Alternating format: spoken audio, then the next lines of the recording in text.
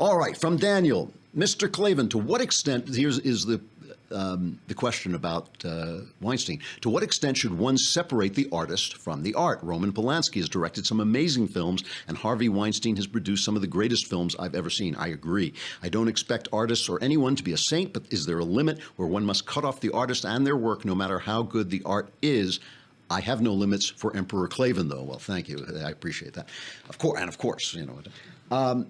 You should completely separate the artist and the art in the sense of there's no reason, the only reason I would boycott a Harvey Weinstein film or film that Harvey Weinstein produced was to stop him from doing something that I felt needed to be stopped. Like, in other words, if they were going to ignore these charges against him and not force him out now that we know about them, then I would say, like, yeah, I'm not going to your movies until you get rid of this guy. I mean, that would be a political action and a political moment to get at the person who was committing the crimes in the moment. But his films, in some sense, have nothing to do with him. I mean, there are plenty of artists I love. I'm reading all about Shelley now, the poet, the romantic poet Shelley. He was a terrible person. He did terrible things. Byron was awful. I mean, awful, but they wrote great poetry, and the poetry is a gift. You know, talent is blind. I mean, here's the thing.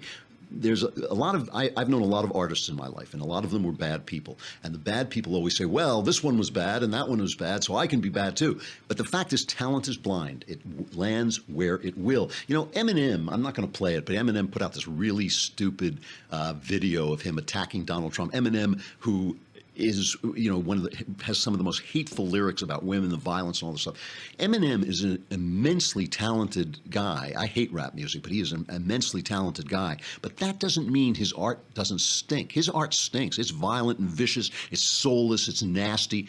But he has talent. He has talent. If he had used it for something a little better, if he had used it to express something better in himself, he would have written better stuff. I don't really think his stuff is good enough to overcome its cruelty. But if it were, I would listen to it. If it were, I would listen to it, no matter what he was doing. So yeah, you definitely separate it. You have no, there's nothing, nothing sticks to you because you enjoy art, assuming the art is saying something that in fact is uplifting your life. That's my problem with Eminem, is that he actually uses his art for bad purposes. That's the way I feel about it. But I'm not a rap fan, so maybe I don't know.